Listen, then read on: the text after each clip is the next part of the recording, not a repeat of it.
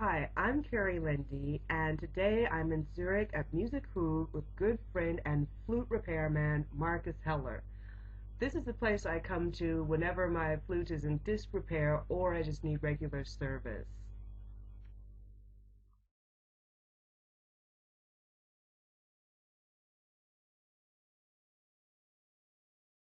Why don't we go ahead and start with the basics of putting an instrument together? What is the proper way to do this? So we have, when you open the box, we have three parts of a flute. We have head joint, the body, and foot joint. And when you grab out the instrument, don't grab it on the keys. Some people try to take off the instrument on the keys. Hold it up here on the joint and lift it up. And then look, you don't hold the instrument around the keys. You should hold the instrument outside of the keys, best on the joint part. Then you take off the box, the head joint, and hold it not over the lip plate. If you are wearing a finger ring, you easily scratch the area where the embouchure tone hole is, and then you scratch it, and then you might have not anymore a nice sound, or the response is not anymore good. And then hold the instrument like this, and set together the joint and twist in one direction, and move it in. And then you can move it back to line up the embouchure tone hole to the keys you want. And then lift off the foot joint and hold around the foot joint around these keys. Some teachers suggest to hold it here, but for a child it's difficult to find the center here, and then you scratch the joint easy too.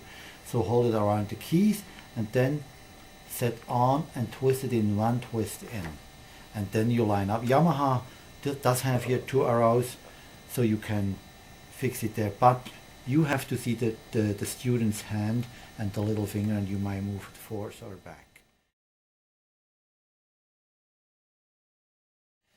On silver flutes there is less problem than on nickel silver flutes, and mainly on nickel silver flutes all the students have nickel silver flutes. This part is nickel silver, that's silver plated, and that's nickel silver, and nickel silver corrodes a bit by the moisture, by holding, and the sweat contains acid, and then it moves, the surface gets quite rough, and then you can't move it back easy in together. So after playing or before you play, take the clothes you get, that's these microfiber clothes, and clean the joint, and do also the inside of the joint, clean it, and you might be surprised how much dirt you get out. And then when you put together the flute, you will feel it works much smoother. And the same for the foot joint. Clean the joint here, and then clean the joint down here, put it together, and it will work very easy. So I've heard one possible solution is using candle wax here and here.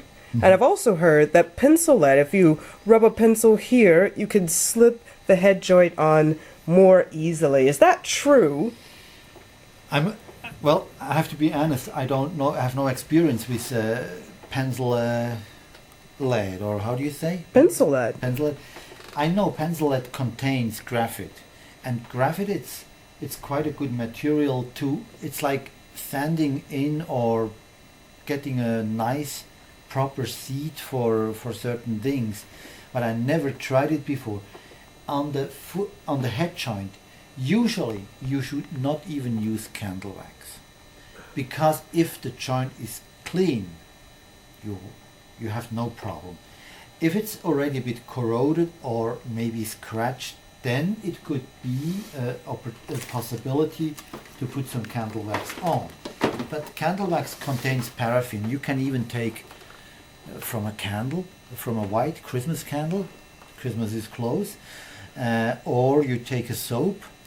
Soap contains glycerin, and glycerin is the same like paraffin, so you can put on a bit here and then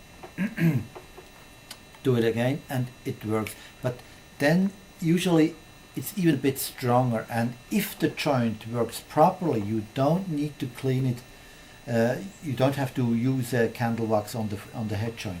It should work without. On the foot joint, the joint is much shorter, and here it's easier to get scratches on if you're having not the right direction or you are not lined up and you get little scratches here. Then some candle wax, just holding the candle like this and moving around like just on the edge, on the corner, and then putting back the head joint, and that's okay, that's fine. For the foot joint, it's a good idea, and you might have to do that maybe once a week, maybe every 2 weeks. It depends how you maintain your instrument. I would suggest taking the flute in part and cleaning part by part. And so if you take the head joint away, put it down on the table, taking the foot joint away, and then the body. And so you have different materials to clean.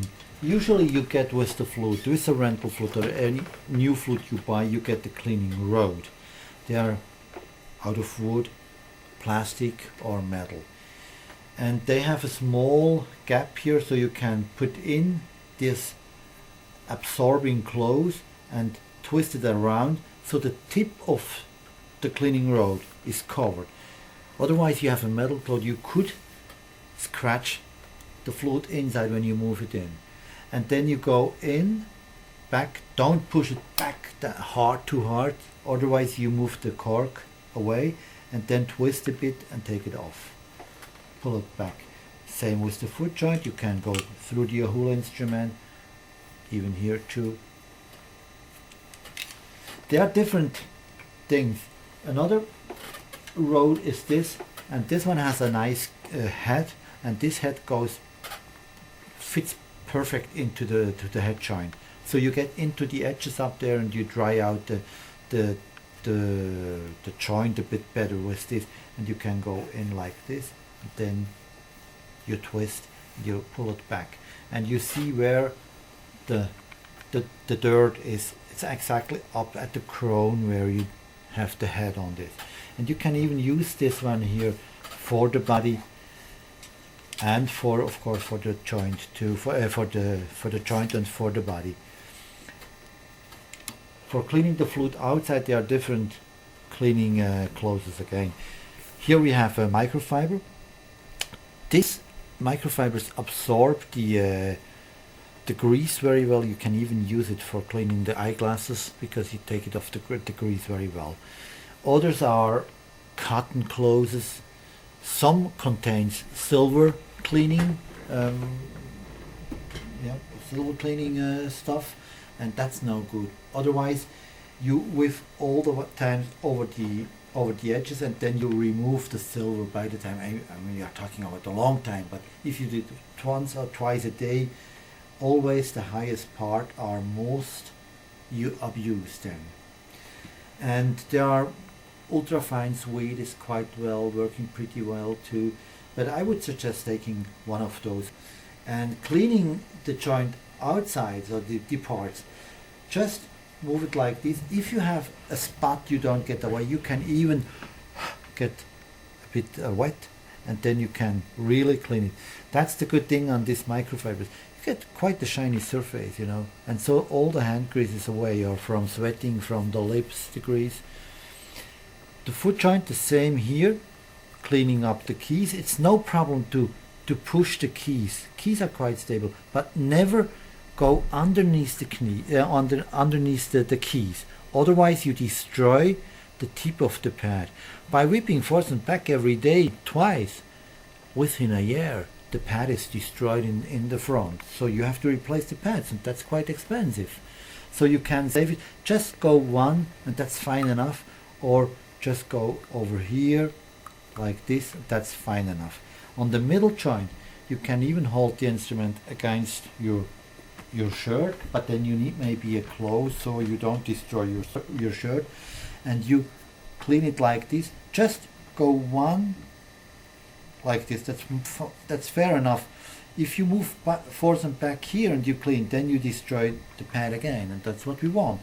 And on top of the keys, you can really pull from direction the shaft to the key. You can really clean them up. And you will see suddenly what you do when you have sweat on your fingers and you clean it like this. That's more than enough. And if you do it once a day, that's fine.